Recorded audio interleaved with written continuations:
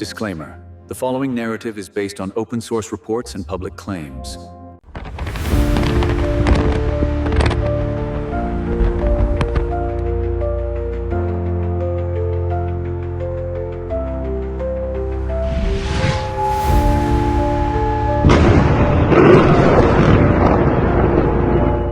That afternoon, the Gulf skies changed, not because of weather, not because of a storm, but because of a military decision. Hours earlier, fighter jets from US and Israel had struck targets inside Iran. The targets were described as strategic, the operation labeled preventive, the narrative stability. But in the Middle East, every strike is a statement, and every statement usually gets answered. By late afternoon, that answer arrived.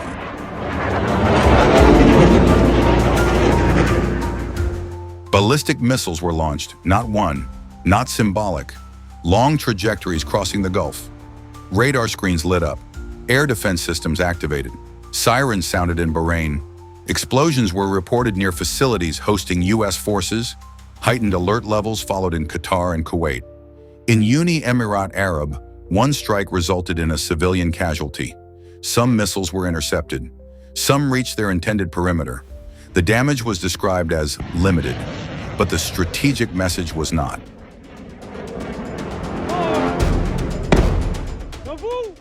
This wasn't random. The targets were not commercial districts, not financial hubs. They were symbols of American military presence in the region, bases, logistics hubs, strategic infrastructure. Iran's response was calibrated, not maximal, not chaotic, measured. The message was simple. If you strike our territory, we can reach yours, wherever it operates.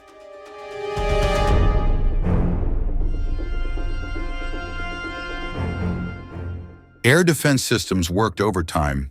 Interceptions took place. The sky became a technological arena. But air defense is not an absolute shield. It reduces risk. It does not eliminate it. Every interception costs money. Every alert drains logistics. Every siren triggers civilian fear. And when Gulf nations host US military assets, they inevitably inherit the risks attached to them. That is the geopolitical cost of alliance.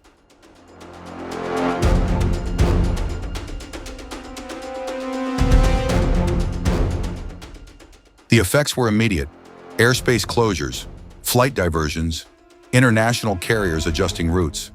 The Gulf, one of the busiest aviation corridors in the world, suddenly tense.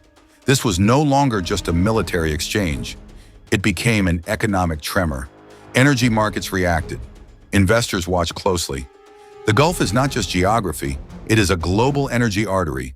Instability here echoes worldwide.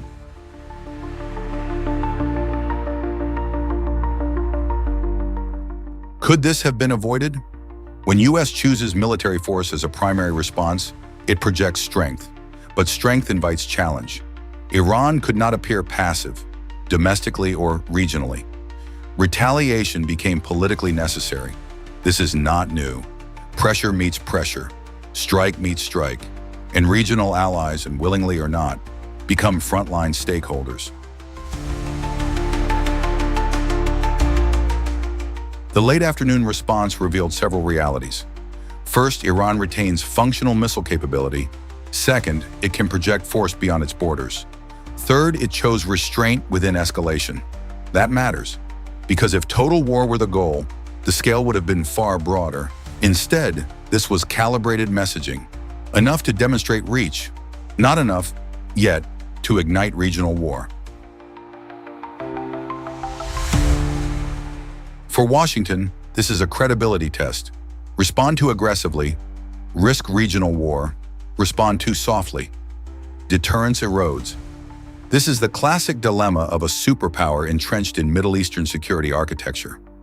Military presence is meant to deter, yet sometimes it becomes the magnet. Modern conflict isn't just about missiles. It's about perception. One radar misread, one intelligence error, one emotional decision. Escalation accelerates. With multiple actors involved, directly and indirectly, the margin for error shrinks. That's what made that afternoon dangerous. Not the scale of destruction, but the potential for miscalculation. Gulf states now confront a sharper reality. Hosting U.S. forces provides protection, but it also paints targets. Military bases bring defense umbrellas. They also attract retaliation. Public awareness is growing. Every siren is a reminder that great power conflict can arrive uninvited. For now, the situation remains contained. No formal declaration of war, no full mobilization, but tensions remain elevated.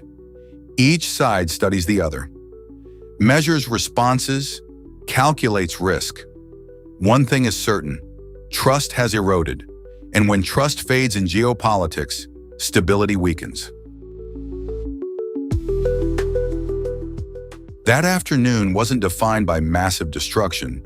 It was defined by messaging, boundaries tested, signals exchanged, U.S. projected power, Iran projected response. The Gulf skies bore witness. The question now isn't who is stronger, it's who is more patient. Because in conflicts like this, victory isn't determined by who fires first, but by who knows when to stop. And for now, the world is watching. This video is created for analytical and educational purposes. All information is based on open source reporting and available developments at the time of production. The situation on the ground can change rapidly. We do not support violence. We do not take sides in any armed conflict. Our goal is to analyze geopolitical dynamics, not inflame them. Viewers are encouraged to remain critical, consult multiple sources, and evaluate events from a broader strategic perspective. If you want deeper geopolitical breakdowns of global flashpoints, hit subscribe now. Because here, we don't just follow headlines. We analyze the strategy behind them. Drop your thoughts in the comments. Does this end here? Or are we witnessing the early phase of a broader escalation? Like this video if you believe strategic analysis matters more than sensational headlines, and share it with those who want to understand conflict without propaganda. See you in the next analysis.